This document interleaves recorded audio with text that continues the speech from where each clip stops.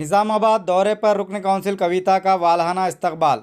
नौ तज़यीन शुदा जन्नेपल्ली शिवालयम के इफ्तिताह के अलावा मुख्तलिफ प्रोग्रामों में शिरकत। चीफ मिनिस्टर तेलंगाना के चंद्रशेखर राव की दुख्तर व रुकन कानून साज कौंसिल कल्वाकुंटला कविता आज निज़ामाबाद पहुंची। हैदराबाद से जन्नेपल्ली बोधन रवानगी के दौरान रास्ते में जगह जगह आवाम ने इनका पिरतपाक इस्तकबाल किया। मेडिकल स्क्वायर पर टीआरएस कायदीन व कारकुनों की जानिब से कविता की गुलपोशी करते हुए टीआरएस जिंदाबाद नारों की गूंज में उनका खैर मकदम किया गया।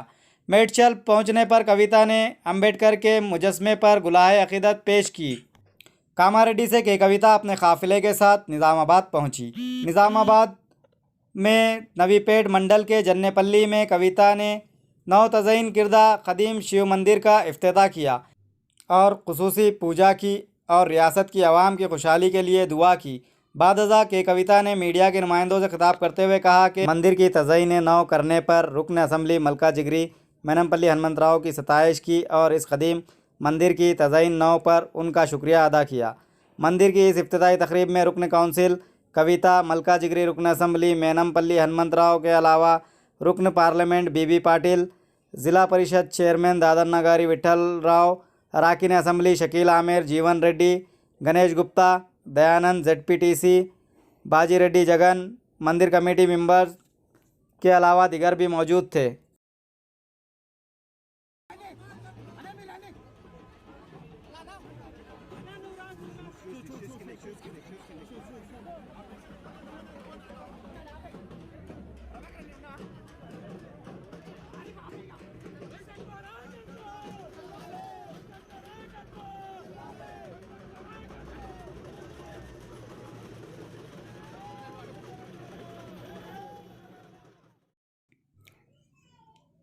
ईदगाह कमेटी ज़िम्मेदारान का सदर ईदगाह कमेटी मोहम्मद अफजलुद्दीन की क़यादत में प्रेस कॉन्फ्रेंस का इनेकाद और क़ब्रस्तान में जारी साफ़ सफाई के कामों का ईदगाह कमेटी ज़िम्मेदारान ने जायज़ा लिया और मीडिया से मुखातिब करते हुए बताया कि किसी भी अफराद की नुमाइंदगी पर क़ब्रस्तान में साफ़ सफाई के काम नहीं किए जा रहे, बल्कि ईदगाह कमेटी की खुसूसी नुमाइंदगी और दिलचस्पी के सबब यहाँ पर हर साल की तरह शब बरात के ज़िमन में खारदार झाड़ियों और जंगली झाड़ियों की साफ़ सफाई के काम किए जाते हैं। इसी की कड़ी के तौर पर अब शब बरात को कुछ ही रोज़ बचे हैं।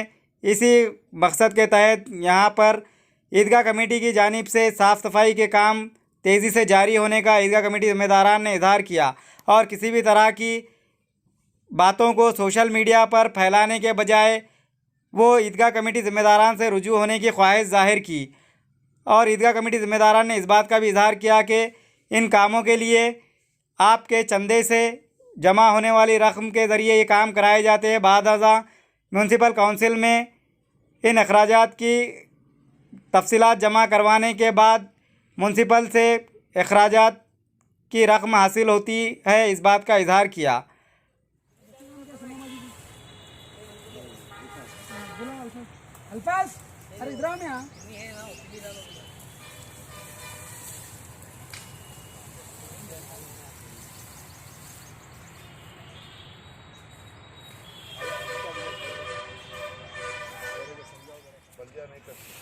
आप मालूमात कम रख लेके जाके जो है ना चल देगी। मैं तो मैं बोलो नाम भाई करते जाइए मुल साहब, आप जाइए या इधर आ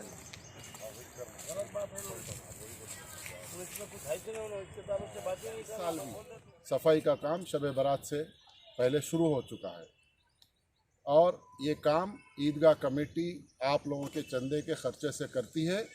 उसके बाद काम कंप्लीट होने के बाद जितना खर्चा हुआ उसका बिल म्यूनसिपल काउंसिल के अंदर पेश किया जाता है।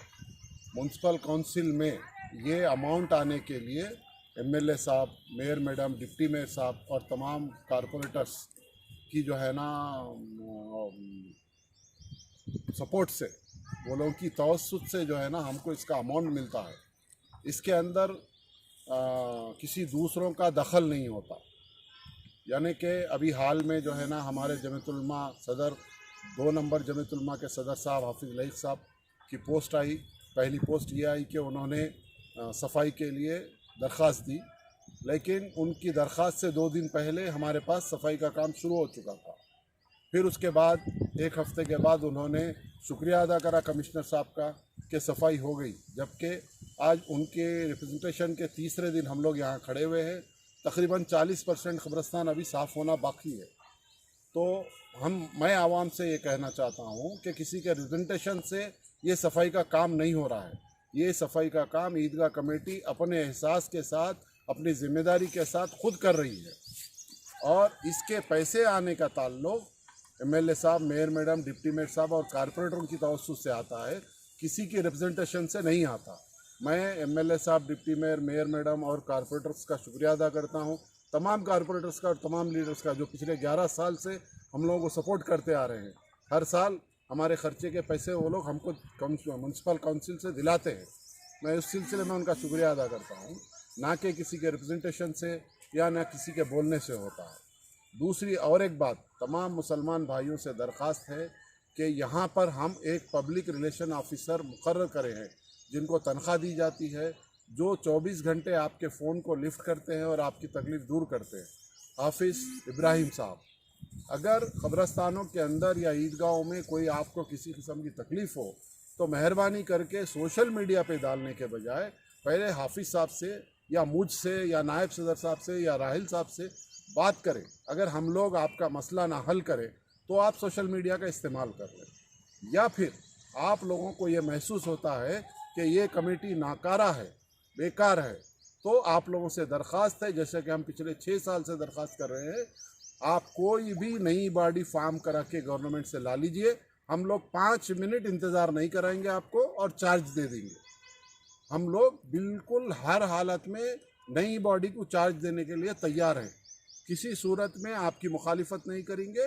आप लोगों को अगर हमारा काम नहीं पसंद आ रहा, सियासी कायदीन हो या आम मुसलमान हो, तो आप लोग बराबर नई बॉडी बना सकते हैं और हमसे चार्ज ले सकते हैं। साल से खिदमत अंजाम दे रही है हमारे जो सदर साहब बोल रहे, बिल्कुल वो बात बजा है, हकीकत है।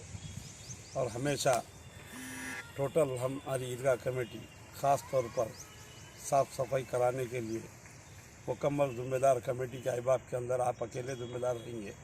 हमेशा हमारे कमेटी का कहना है, अल्हम्दुलिल्लाह, जो एक बात हमारे सदर साहब बोले, कुछ वाक़या हुआ तो सोशल मीडिया पे डालकर फैलाने से, शो करने से कुछ मिलने वाला नहीं है।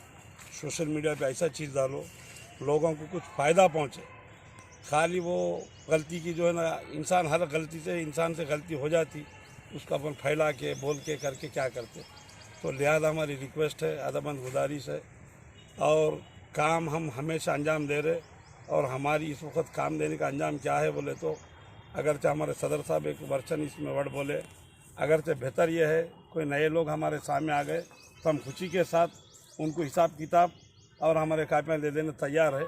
हम इस बात से काम कर रहे, अभी भी दिलचस्पी लगा के अगरचे 20,000 हम छोड़ के जाना मुनासिब नहीं है, और कोई तनख्वाह के वास्ते नहीं कर रहे, आखिरत के वास्ते कर रहे, अल्लाह के वास्ते कर रहे, अल्लाह से इसका अजर मिलता बोल के कर रहे। अल्हम्दुलिल्लाह, अस्सलाम वालेकुम रहमतुल्लाहि बरकातहू।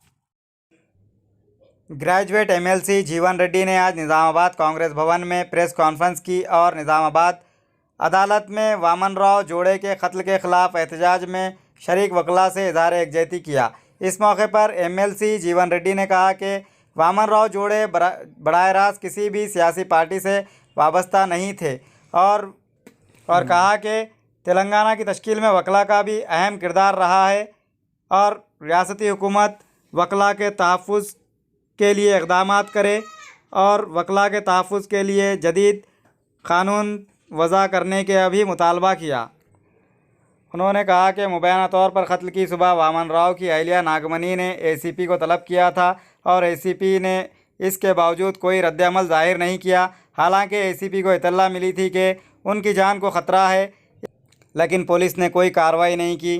सियासी पुष्टपनाही या सियासी दबाव के सबब कार्रवाई ना करने की वजह से वकला जोड़े का कत्ल होने का जीवन रेड्डी एमएलसी ने इजहार किया, और सीबीआई से तहक़ीक़ात करवाते हुए खातियों को केफर किरदार तक पहुँचाने और सख्त से सख्त सज़ाएँ दिलवाने का मुतालबा किया।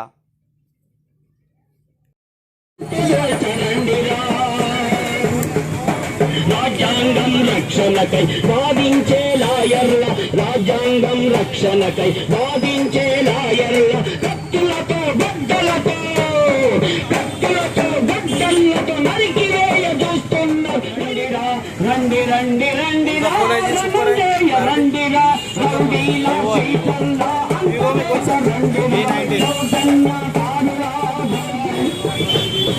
లాయర్లు మేధావులు కళాకారులు కవులందరూ జనమంతా పోరాటం చేయాలి పోరాటం చేయాలి పోరాటం చేయాలి. అన్యాయం ఎదిరించి అడుగు ముందుకేద్దాము అన్యాయం ఎదిరించి అడుగు ముందుకేద్దాము నల్లకోట రక్షణ. ये मंथली में जो वाक़यात हुआ है, जो एडवोकेट फैमिली को वहाँ की टीआरएस नेता लोग हैं, उन लोगों की ये इलीगल एक्टिविटी को रोकने का कोशिश जो चल रहे उसको रुकावट डालने के वास्ते रोकने के वास्ते वहाँ पे जो सैंड माफिया, जो सैंड इलीगल ट्रांसपोर्टेशन और ऐसी ये पुट्टलिंगम्मा चैरिटेबल ट्रस्ट के नाम पे वहाँ की सभा का एमएलए और अब की जिला प्रजा परिषद चेयरमैन पुट्टा मधु के नाम पे जो चल रहे उसको हाईकोर्ट में पब्लिक इंटरेस्ट लिटिगेशन डाल के ये जो वामन राव साहब और उसकी बीबी नागमणि जो एडवोकेट थे उसको रोका, उसको नजर में रखते हुए अब पूरा ये जुडिशरी को एक सबक सिखाना, हमारा मुकाबले में जो भी आए, जैसा वामन राव फैमिली का हालत हुआ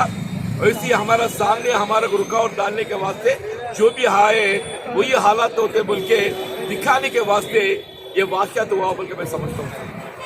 अब इसमें तो अब वहाँ की जो अब की ZP चेयरमैन की मतलब मीना लड्डू को क्या बोलते के साथ दामाद बोलते, मीना लड्डू की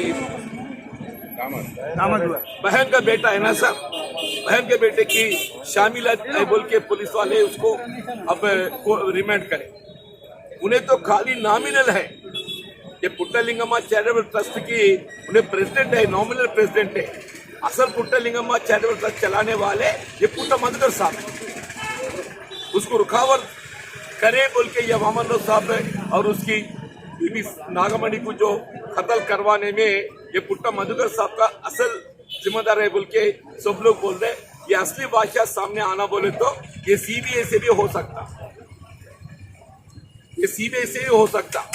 ये स्टेट इन्वेस्टिगेशन से ये असली दोषी बाहर आने का उम्मीद नहीं है। सीबीआई से इंक्वायरी होना बोल के अब पूरा तेलंगाना रियासत पे हमारा जो एडवोकेट भाइयाँ ये प्रोटेस्ट कर रहे हैं। मैं एक MLC आज ये उहदे पे हूँ बोले तो हमारा एडवोकेट कम्युनिटी जो मुझे साथ देकर आज ये उहदे पे मुझे बिठाए, मैं एडवोकेट दोस्तों को, मैं ब्रदर फ्रेंड्स को मैं उन लोगों की मदद देना, उनको साथ रहना मेरी जिम्मेदार बोल के समझता हूँ। ये मसला सिर्फ एडवोकेटों का नहीं पूरा जमहूरियत का मसला है बोल के मैं समझता हूँ। अगर एडवोकेट को प्रोटेक्शन नहीं है तो समझो रियासत में जमहूरियत नहीं है। अब जमहूरियत कायम रहना, जमहूरियत को बचा लेना बोल के बोले तो ये एडवोकेट दोस्तों का जो कत्ल में जिम्मेदार कौन है उसको बाहर लाना बोलते सीबीआई इंक्वायरी से हो सकता, वो सीबीआई इंक्वायरी होना बोल के डिमांड कांग्रेस गवर्नमेंट के council and demand for a CBI inquiry first, then for an Advocates Protection Act on the lines of the protection given to the medical practitioners, and also demand for an ex gratia for the deceased family, because when we went there, he had a dependent widowed sister. దారుణం ఉందండి వాళ్ళ పరిస్థితి చూస్తే కూడా they are not well off. We request you to raise your voice. You have a strong voice. We have seen you over the years, and we again thank you and particularly all the Congress leaders who have sympathized with us and come to give us support. Thank you one and all.